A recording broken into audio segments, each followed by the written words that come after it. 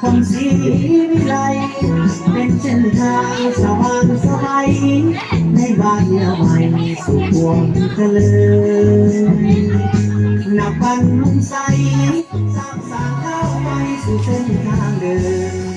มองเพียงใจทุกเผ่าก้าวเดินภาษาเจริญหุ่งเมืองวิไลเรียกงานสามสร้างคือเส้นทางเล่าเมืองศรีทุกคนสนมนสามัคคีมีคนกำลังภาษาก้าวไปที่พงน้องแหงภาษาแท่นแดนก้าวหลักใส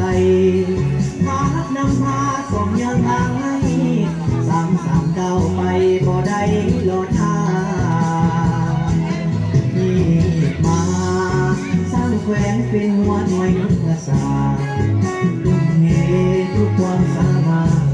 เพื่อประเทศชาติเฮาพร้อมกันสร้างสรรค์สร้างเมืองเข้มแข็งพร้อมกันออกแรงให้เดินก้าวหน้าสร้างบ้านเป็นหัวหน่วยพัฒนาภาษาให้เข้มแข็งจากมือกันเข้า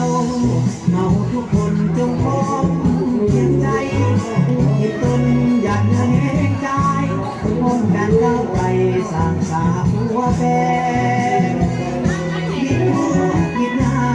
คนความลำพอต่อแหง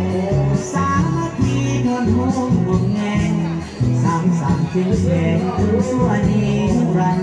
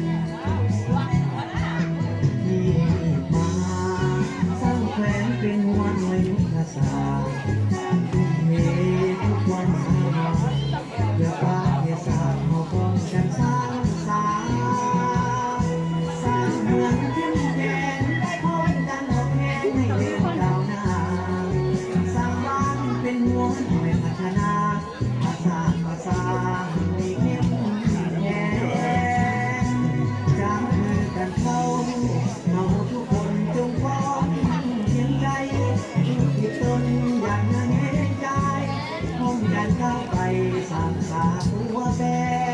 งบิดมือบิดหน้าคนความลำต้องออกแหงสามัคคีทนห่วงแหงสร้างสรรค์เข้มแข็งคืนชั่วนิ